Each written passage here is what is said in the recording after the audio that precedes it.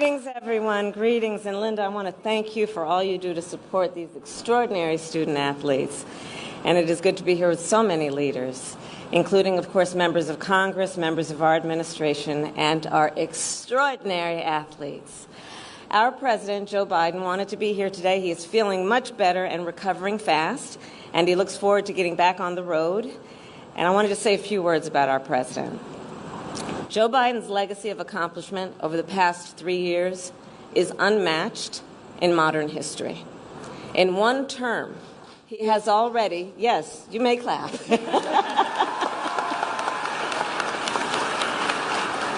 In one term, he has already surpassed the legacy of most presidents who have served 2 terms in office. And I first came to know President Biden through his son, Beau. We worked together as attorneys general in our states, and back then, Beau would often tell me stories about his dad.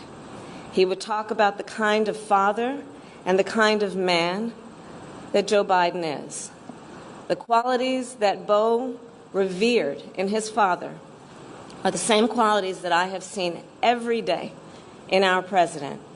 His honesty, his integrity, his commitment to his faith and his family, his big heart, and his love, deep love of our country. And I am firsthand witness that every day our President Joe Biden fights for the American people, and we are deeply, deeply grateful for his service to our nation.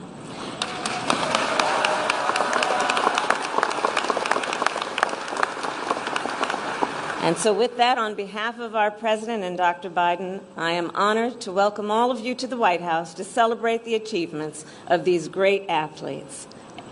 Every one of them is a national champion, a national champion. In America, tens of millions of people play a sport as a child, and the best of the best grow up to become national champions. Here today, we have 7 undefeated teams, 11 repeat champions, and 20 first-time winners. Talking about you guys. Some of you have represented our nation on the international stage in World Cups and World Championships. And later this month, 6 of you will represent our nation at the 2024 Olympics in Paris.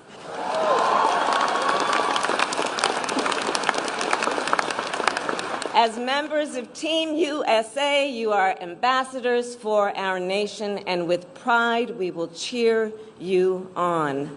And we look forward to congratulating you when you bring home the gold.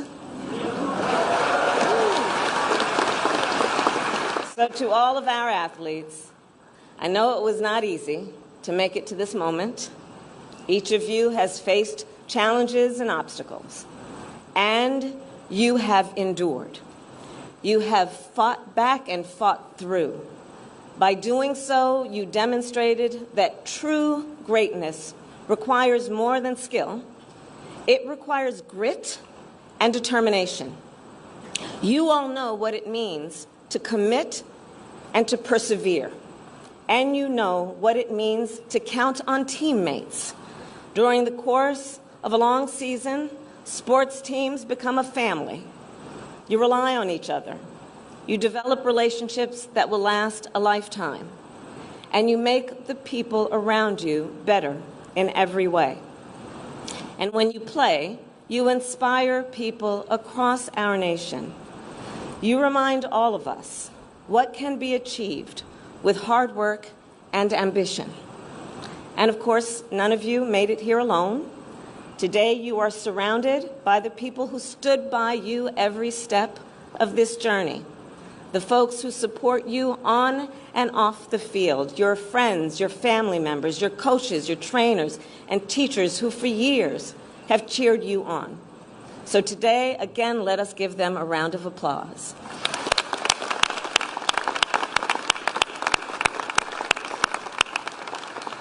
And in conclusion, I say to our athletes, congratulations again on all you have accomplished, and good luck on all that is to come, wherever you all go from here, You will always, and know this, you will always be champions, and we will always be so proud of you. And so now it is my honor to welcome to the stage Jordan Dudley, who plays on the Florida State University women's soccer team and our U20 women's national team. Please. So my question to you guys, we're gonna stress it to Kamala Harris. Like I said, she was she's not nominated yet as the president. As the president to run against Donald Trump. She also had a lot of endorsers, especially for the Democrat Party, who has endorsed her as well-known names, as in Bill and Hillary Clinton. I believe Barack Obama has endorsed her. I believe she raised $45 million. I think it's $25 or $45 million in a matter of less than 22 hours. So there's a lot of most of the Democrats are pointing her to be, go against Donald Trump and hopefully be elected, to be the presidential candidate for the United States as a Democrat. So my questions for you guys: do you believe Kamala Harris is the right candidate to run against Donald Trump? No. Because remember, she had the same policy as Joe Biden, and as you can see, Joe Biden's policy is not working too well for the United States. As you can see, inflation continuing to rise. Billions of dollars still go overseas to Ukraine.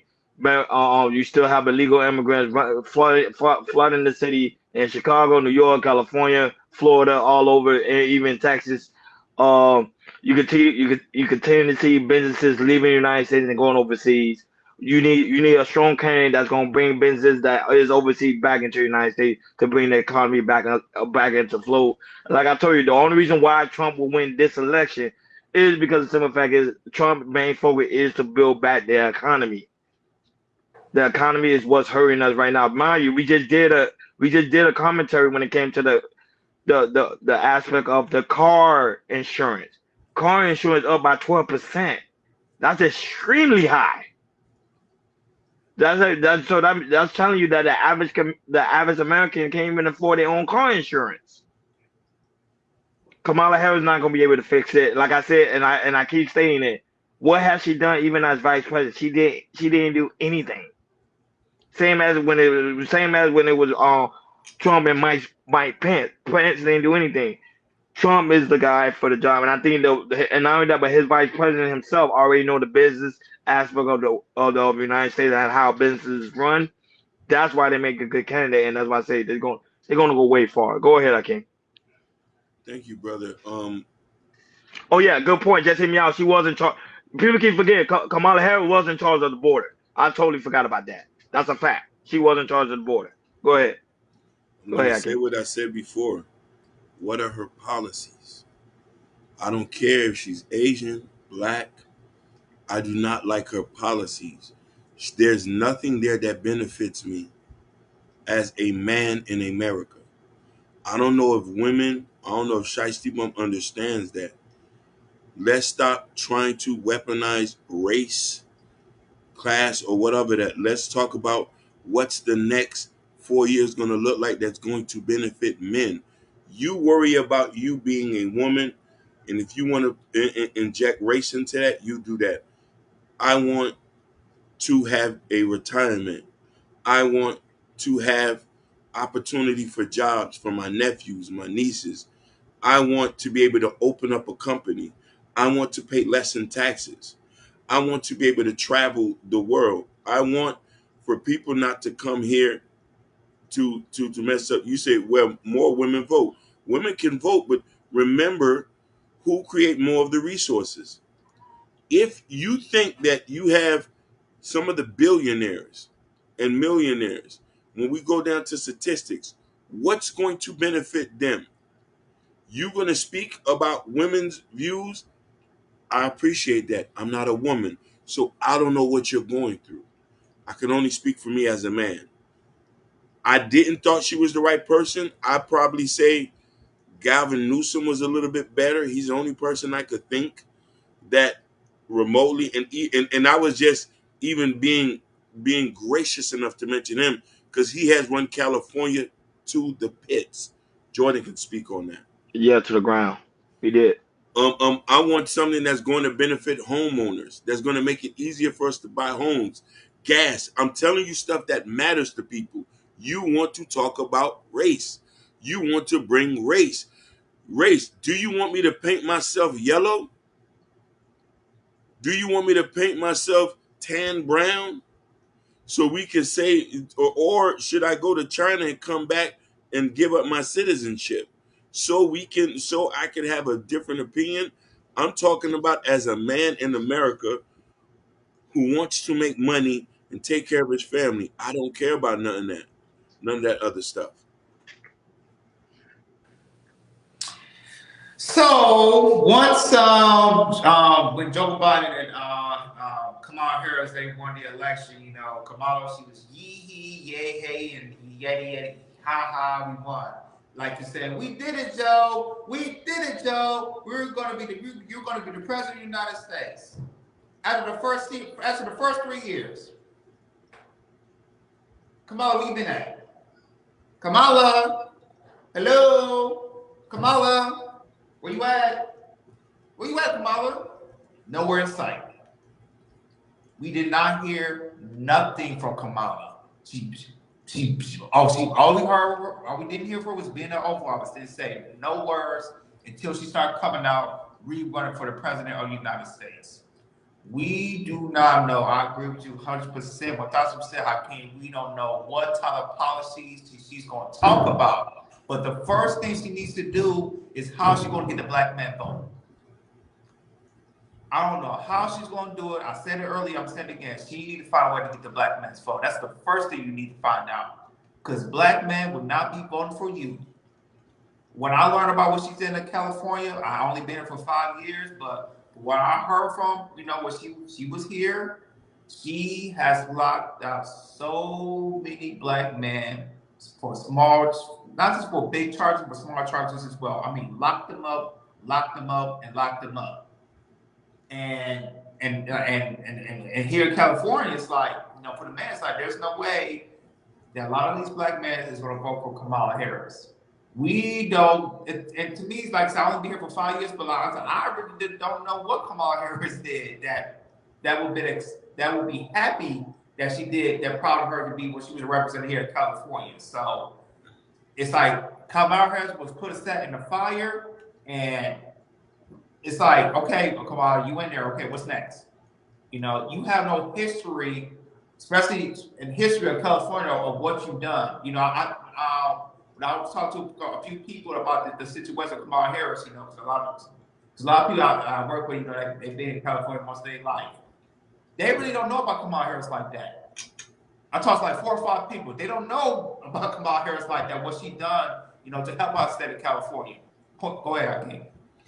Just hear me out. Just said she blocked exonerating evidence from a death row inmate. This is something that was published. She was in California.